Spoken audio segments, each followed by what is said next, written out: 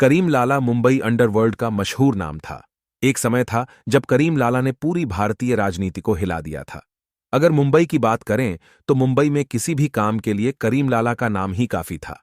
1960 से 1980 में करीम लाला का सिक्का पूरे भारत में चलता था, लेकिन एक समय ऐसा भी आया जब करीम लाला अपनी गलतियों के कारण अर्श से फर्श पर आ गया था। लेकिन आज भी करीम लाला का नाम डॉन की लिस्ट में सबसे ऊपर आता है। आज हम इस आर्टिकल में करीम लाला के जीवन के बारे में आपको बताने वाले हैं। यहां आपको करीम लाला से जुड़ी अनेक बातें पता चलेगी। साथ ही गंगूबाई और करीम लाला के रिश्ते के बारे में भी हम यहां बताएंगे। करीम लाला का जन्म कुनर प्रांत, अफगानिस्तान में सन 1911 में हुआ था।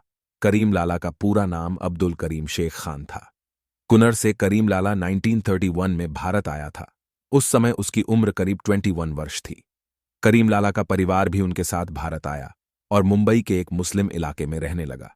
करीम ने करीब 3-4 साल तक मुंबई में काम किया, लेकिन उसके बाद पैसा कमाने के लालच ने उसे गुनाहों के दलदल में धकेल दिया। करीम लाला अफगानिस्तान से भारत काम की तलाश में आया, लेकिन यहां पर उसे कोई भी काम रास नहीं आता था। एक मैगजीन के अनुसार ज्यादा पैसा कमाने के चक्कर में वो अपराध की दुनिया में चला गया था। उसने सबसे पहले ग्रांट रोड स्टेशन के पास एक मकान किराए पर लिया और सोशल क्लब के नाम से एक जुए का अड्डा बनाया। देखते ही देखते यह जुए का अड्डा उसकी कमाई का हिस्सा बन गया और लाखों रुपए वह हर महीने इस अड्डे से कमाने लगा। इसी बीच उसके अड्डे पर उस समय के कुछ गुंडे बदमाश भी आने लगे और उनसे अच्छी दोस्ती भी हो गई। करीम लाला के पास अब पैसों की कमी नहीं थी, लेकिन उसे बहुत ज्यादा पैसे कमाने थे। जुए के अड्डे से अच्छा पैसा कमाने के बाद करीम लाला ने सोने, हथियार और शराब की तस्करी शुरू करी और अपनी एक गैंग बनाई। इस गैंग का नाम पठान गैंग रखा। देखते ही देखते उसकी यह गैंग काफी सक्रिय हो गई और पूरी मुंबई पर इस गैंग का कब्जा हो गया। करीम लाला ने इस गैंग में लगभग सभी मुस्लिम समुदाय के लोगों को शामिल किया था। इसी कारण मुस्लिम समुदाय के लोग उसे मसीहा मानते थे। जुआ, नशीले पदार्थ और तस्करी में अपना नाम बड़ा करने के बाद करीम लाला ने सुपारी, पैसे लेकर हत्या करना लेने का काम शुरू किया। 1960 से 1980 तक करीम लाला का नाम भारत के अंडरवर्ल्ड डॉन की लिस्ट में सबसे ऊपर आ गया था। करीम लाला ने 2 दशक तक पूरी मुंबई पर राज किया। करीम लाला की पहुंच इतनी थी कि अगर वह हुंकार भी भरता तो पूरी भारतीय राजनीति हिल जाया करती थी। उसके अनेक बड़े नेताओं के साथ संबंध थे। उसके अनेक काम सीधे फोन पर ही हो जाया करते थे। कभी कभी तो 2 पार्टियों के निर्णयों को भी करीम लाला अपने एक फोन से बदल देता था। हालांकि वह हमेशा कहता था कि राजनीति से उसका कोई लेना देना नहीं, लेकिन उसकी छांव में अनेक नेता एवं नेत्रियां पनपती थी। करीम लाला और इंदिरा गांधी का भी आपस में कनेक्शन था। दरअसल ऐसी खबरें सामने आई थीं कि भारत की पूर्व प्रधानमंत्री इंदिरा गांधी करीम लाला से मिलने मुंबई आया करती थी। हाल ही वे किस लिए उनसे मिलने आया करती थीं, इसकी जानकारी नहीं दी गई है, लेकिन कहा जाता है कि वे उनसे राजनीतिक मामले के संबंध में बात करने के लिए मिलने आया करती थी। कहते हैं कि करीम लाला और दाऊद इब्राहिम की आपस में कभी नहीं बनी। एक समय ऐसा भी आया जब दाऊद इब्राहिम और उसका भाई शब्बीर इब्राहिम करीम लाला के इलाके में तस्करी करने लगे थे, और जब करीम लाला को इसका पता चला तो उसने दाऊद इब्राहिम की इतनी पिटाई करी कि दाऊद 1 साल तक गायब रहा। लेकिन बाद में दाऊद के भाई शब्बीर की हत्या करीम ने 1981 में करवा दी थी।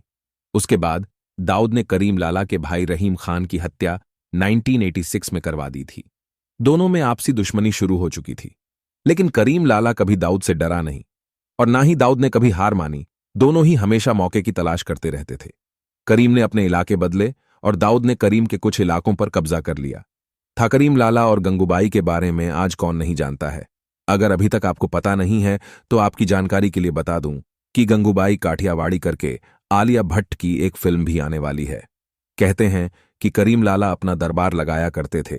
इस दरबार में वह लोगों की मदद भी किया करते थे और अनेक मामले वहीं पर निपटा देते थे। एक समय गंगूबाई भी इस दरबार में आई, क्योंकि गंगूबाई का रैप करीम लाला के आदमियों ने किया था। ऐसे में करीम लाला ने गंगूबाई को अपनी बहन बनाया और उससे माफी मांगी। करीम लाला ने कमाठीपुरा की पूरी बागदौड़ गंगूबाई को दे दी थी। यही वजह है कि गंगूबाई के पास करीम लाला की बहन होने के कारण अनेक पावर आ गई थी। आगे जाकर गंगूबाई माफिया क्वीन के नाम से भी जानी गई। करीम लाला ने अपने जीवन में अनेक पाप किए। उसने अनेक लोगों की हत्या करी और करवाई, लेकिन आखिरी वक्त में करीम लाला एक बीमारी से ग्रसित होकर मरा था। उसकी मृत्यु 19 फरवरी 2002 में 80 वर्ष की आयु में हुई। हाल ही में एक विवाद खड़ा हुआ है। उसमें आरोप लगाया गया है कि इंदिरा गांधी भी करीम लाला से मिली हुई थी, यहां तक कि वह उनसे मिलने भी जाया करती थी। यह आरोप शिवसेना के नेता संजय राउत ने लगाया है।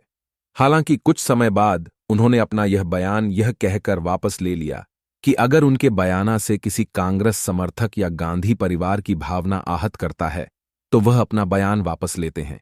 यहां हमने करीम लाला के जीवन के बारे में लिखा है। इसमें हमने करीम लाला के जीवन के कुछ अंश बताए हैं कि वह कैसे मुंबई का डॉन बना। अगर आपको यह जानकारी अच्छी लगी है तो इस आर्टिकल को अपने दोस्तों के साथ शेयर जरूर करें, ताकि उन्हें भी भारत के मशहूर डॉन करीम लाला के बारे में जानकारी मिल पाए।